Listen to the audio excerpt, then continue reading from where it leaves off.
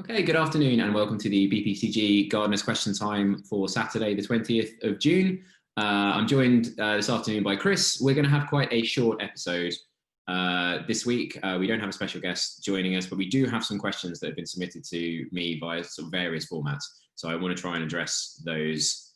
And then once we're done, we'll be done for the afternoon. So let's dive right into those questions. Let me just pull up my spreadsheet.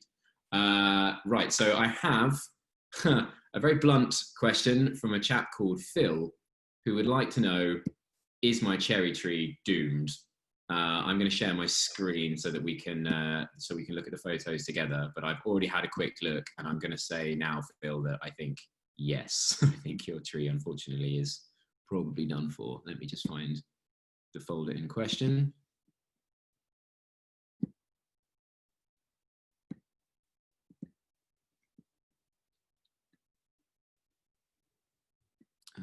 Right.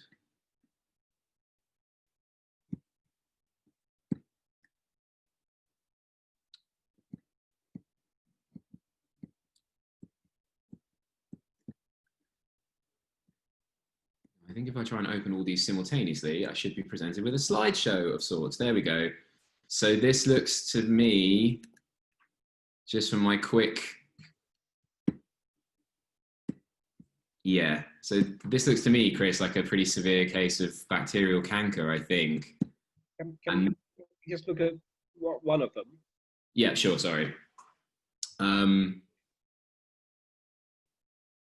it is pretty advanced, to be honest. I think the fact that the trunk is so, especially down here at the bottom. Josh, I'm still looking at thumbnails. You're still looking at thumbnails? Okay, that's okay. Not sharing the screen that you're looking at. You're sharing your screen underneath it. Okay, bear with me a moment then. Let's see if I can new share. Let's try. That's it. You got it now? Okay, cool. Sorry about that, Chris. Let's go back to the beginning then.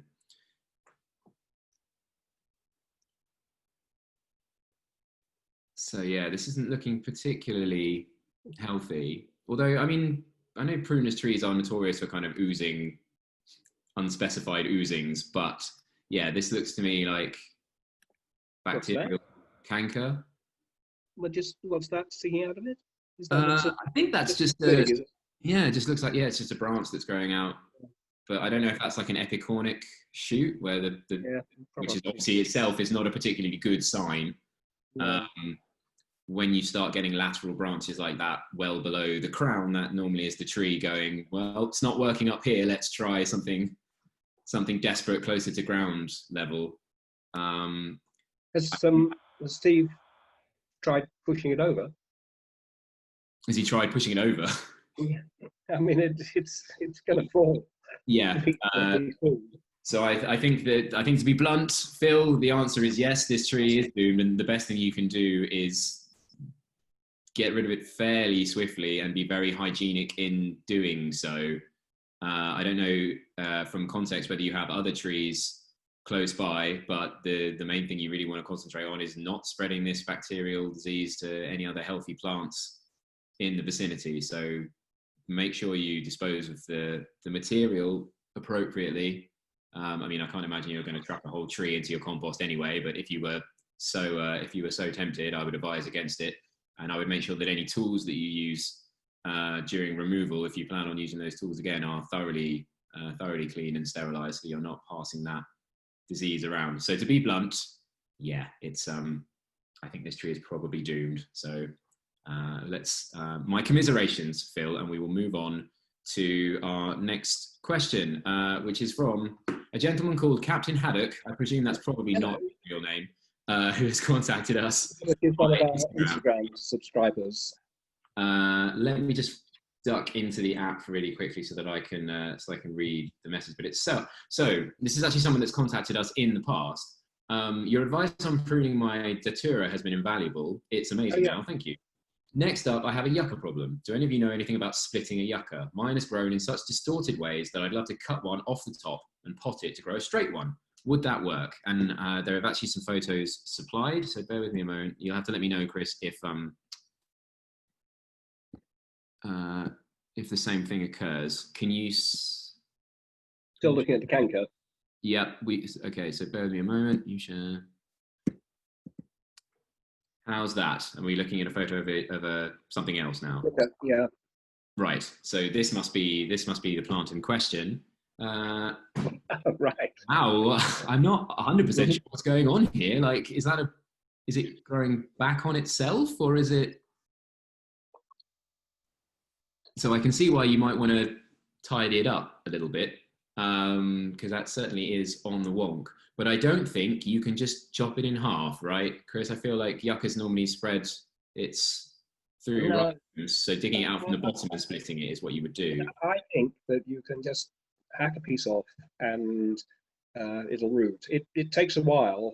We did this about a year and a half ago, greenhouses, with some of my yucca. I took off 2 stems and we threw them under the staging and forgot about them for 6 months. And then when we pulled them out, 6-inch roots on both of them. Wow, okay. They do take a while to callus. You've got to get them up, let them callus, begin to grow roots, and then you can pot them up. I don't think you want to put the end into any sort of medium, and you certainly don't want to water medium, have it in a damp medium, but they will callus, and then from the calluses will grow fleshy roots, and you can pot them up and new yucca. Just in case the viewer in question or someone watching via YouTube is not really familiar with the concept of callusing, Chris, do you want to just give us, I mean, it's allowing a callus to develop, but do you want to just give a brief explanation? Callusing is in a sense, what you know of as callusing on your own body. It is a scarring, toughening, roughening of the tissue to provide a more resilient layer, because it happens on a cut. So it's the way a plant heals from a cut that it is incurred either through breakage or with a saw. Right. So yeah, chop it in half. I guess the most cosmetic angle you can choose. Allow it to callus up thoroughly, and then you can replant it. I am happy to be proven incorrect on this one, Captain Haddock. So yes, you can get another yucca plant and neaten up this one. So yeah, give it a haircut. Let's move right on. Are you going to reply to Captain Haddock? Yes, I am. I'll respond to him via Instagram as well. But I did ask for his permission to put it on to ask this question at VPCG question time, and he did say yes. Yeah. So I will respond there, but I will also direct him to the YouTube if you want to watch it. Have you any idea who he is? I mean, he obviously knows us. No, and I should probably just. I mean, yeah, I can follow him back via Instagram, and we will find out. But it will probably turn out to be someone we know quite well, so it's worth doing. Let's move on to our third and final question. I'm going to stop screen sharing now because this is just a text-based one. This is from a lady called Claire. I'm hoping to be able to start a small vegetable plot in the shared garden for my building and the one next door. I have been having a good-natured argument with my boyfriend over building raised beds. I had assumed that we would do that, but then he pointed out the expense of the materials, having to put them together, etc., and then somehow getting more soil to fill them. I think that having raised beds is the right thing to do, but I realise I don't quite know why. Do the panel think that raised beds are worth the investment, and what advantages do they have over just digging out a bed in the ground?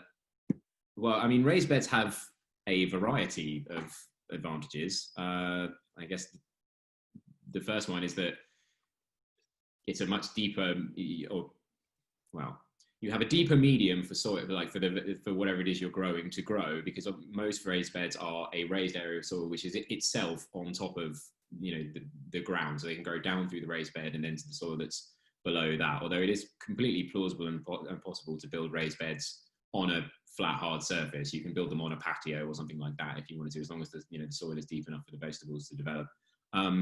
They have a ton of advantages. It's a separate growing area which will separate it from the main transferences for weeds. So the weeds that grow through your paths and stuff will hopefully not be transferred quite so straightforwardly to the raised bed. They're much better for drainage. They're more resistant to compaction. The fact that they're raised provides quite a neat little barrier to pests. It's much easier to keep slugs and snails and things like that off of your plants when they have to do a little, vertical hill climb in order to get to the plants in the first place. The soil temperature will probably be a little bit warmer than just the soil that's in the ground, and it will warm up faster, which can both start your growing season earlier and extend it longer into the autumn. And you are less likely to lose crops due to low temperatures, due to frost and things like that. They're much easier. Also, they're easier to cover to assist in frost resistance. I would say probably one of their biggest advantages is that you don't get such a bad back from gardening from them. You can just sit on the side of the bed and dig the weeds out. And I know that sounds like I'm grasping for advantages here, but if you have raised bed and you grow all the time. Past our 65th birthday, really, really appreciate not having to bend down quite that much. Well, I'm 33 and I already have kind of a bad back, and I have to be very careful when I do anything gardening related already. So being, a foot or more off the ground and having something to sit on or lean on, especially if you you will find that there is a correct size in terms of width wise for raised beds, and that is designed in mind for, you can sit on one side and reach more than halfway into the bed, and then if you want to weave around the other side, you can just go around the other side and sit there. So there are tons of advantages to building raised beds. I think we're going to come up to a final one, but in a second. How we are going to do in terms of winning the argument with your boyfriend, Claire, I'm not necessarily sure, because obviously there are material concerns to factor in. You've got to get some soil to fill it, whereas there's presumably already soil in the ground where you were planning on digging out the bed. And obviously you have to get the materials somehow, and you have to construct the raised beds themselves. They're fairly straightforward to put together. I can't speak as to the materials that you're going to use, because obviously, there are preferences, but it really depends how much money you've got to throw at the project. If you can't get the materials for free, you're going to have to spend some cash, and what you choose. When we were beginning to build raised beds in the garden, the first materials that we used were second-hand scaffolding planks. So they'd been rejected as scaffolding planks, and we got them as a job lot second-hand. And they were perfectly okay, lasted, probably 5 years, but they weren't very expensive. So you can get cheap materials. Obviously using new pressure-treated timber, which is what you would use if you were using new, it can be quite expensive. And not also to underestimate the expense of filling the raised bed. If you build a raised bed that is 2 meters long by 1 meter wide by half a meter deep, you need a square meter of material to fill it up. So a square meter of topsoil is going to set you back 120, 30. Yeah, if you're using it for growing, then you want slightly higher quality than the sort of stuff you would just use to, maybe fill in holes in your lawn. So yeah, it's going to be £100 plus. And I guess therein, talking about that, we come to, the crux of this particular argument, which is that raised beds tend to be, for most people, are a more effective growing medium, just because the soil structure in the raised bed is going to be significantly better than the soil structure of a non-raised bed, something you just dug out yourself, a patch that you have created. It doesn't have to be that way. Obviously, the soil structure of a vegetable plot that you've just dug into the ground can easily be as good, but you are going to have to probably triple dig it. So you're going to have to dig down quite a long way, and you are going to have to work that soil to improve the structure to the point where it can, is going to support lush vegetable growth. And that can be a lot of... So Josh, there are hybrids here, aren't there? So if you want a, let's say, 600 millimeter deep bed, you could cultivate one spade depth, 300 millimeters, and then you could build a 300 millimeter raised bed on top of that, and fill that with more material that you brought in. You don't necessarily need to start on the surface, but it does require somebody to use the spade aggressively.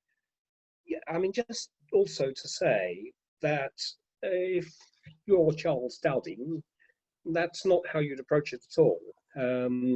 If you're Charles Dowding, what he would say is no dig. So we're going to scrape off the surface, probably grass, of the place where you're going to put the beds, and you're going to turn it over so that it's face down, and you're going to cover that with cardboard or an old carpet, or if you're a gardener and you've got some in reserve, some Mypex or other weed suppression fabric. Yeah. And then you're going to leave that for 6 months. And then you're going to uncover it, and you're going to mulch it with 3 or 4 inches of a relatively cheap manure. So green manure from the various municipal wastes is perfectly okay, and that's about 80 to 90 pounds a square meter. But you're already now into the 9th month, and you're just getting ready for planting. And then your first crops are not going to be very good, but you'll grow them anyway, and then you'll mulch again, and wherever you are in the year, you'll mulch in the autumn and mulch again in the spring. You'll gradually be, first of all, building up the height of the bed, and secondly, the action of the various invertebrates in the soil will drag quite a lot of the compost down into the soil, in the process loosening it and aerating it and so on. Now this is slow gardening, and gardening is a slow sport, but you know, you're going to be 2 or 3 years down the line until you've got what, if you built a raised bed, you would have when you built your raised bed. And the advantage is that it's very cheap to do, and if you've got time and the land is yours, you can develop really quite a large area in this way. So you know, you pay some money and it takes your choice, really. So I guess you've got, yeah, there's 3 factors at work here, I guess. Then there's the cost, there's the amount of labor, as in, you know, the physical work you're going to do, and then there's the speed of how quickly you need to get this particular area productive. I mean, if you don't own the land, then maybe, you know, waiting 2 years is not going to work out for you, because you find that you've probably moved on if you're renting in London. So I don't think we've done anything necessarily to win you this argument, Claire, although hopefully we've given you a few more things to think about. If you do decide to do, you know, if you decide you need it sooner rather than later, but you don't want to do a raised bed, why not float to your boyfriend the idea that he does the triple digging of the site in question, and see if that changes his mind about putting a raised bed in instead. Yeah, I often find in horticulture that there's a really good answer to a question I had. Unfortunately, it comes with the caveat of that I should have had the idea itself sort of 9 months previously and started then. But how does the proverb go? The best time to plant a tree is 20 years ago, and the second best time is right now. So if you don't do something, you'll never do anything. So yeah. The ideal size of raised bed, it has to be said, is at least a meter longer than the size of raised bed. Sorry, could you say that again, Chris? You broke up a little bit in that. Because the ideal size of raised bed is at least a meter longer than the raised bed that you've already got. Yes. So, remember, as soon as you've got it, you're going to want a bigger one. Yeah. Yeah, so another thing to think about. Okay, that is actually it for the questions that we have. It's been a super quick episode. It's not even half past yet, but just a reminder to anyone that's watching this in the week that Brockwell Park Community Greenhouse is open to the public at weekends. Is it 11 till 4, Chris? I believe the opening times on Saturdays and Sundays? 11 till 4 on Saturdays and Sundays, and the shop is open from 12 until 4, Thursday, Friday, Saturday. So I mean, you may have already seen via sort of the Instagram and other social media that we have our social distancing flow through the site and through the entirety of BPCG, really. And although obviously a lot of the enclosed areas are still shut, yeah, it's been great to be able to welcome people back inside to share our wonderful site with us. So hopefully, if you're watching that, maybe we will see you a weekend soon. And with that, I'm going to draw this episode to a close. Nice, neat, quick, one. Let's. I hope everyone enjoys the rest of their Saturday. Thanks a lot, guys. So goodbye, Chris, and yeah, we'll see you again next week.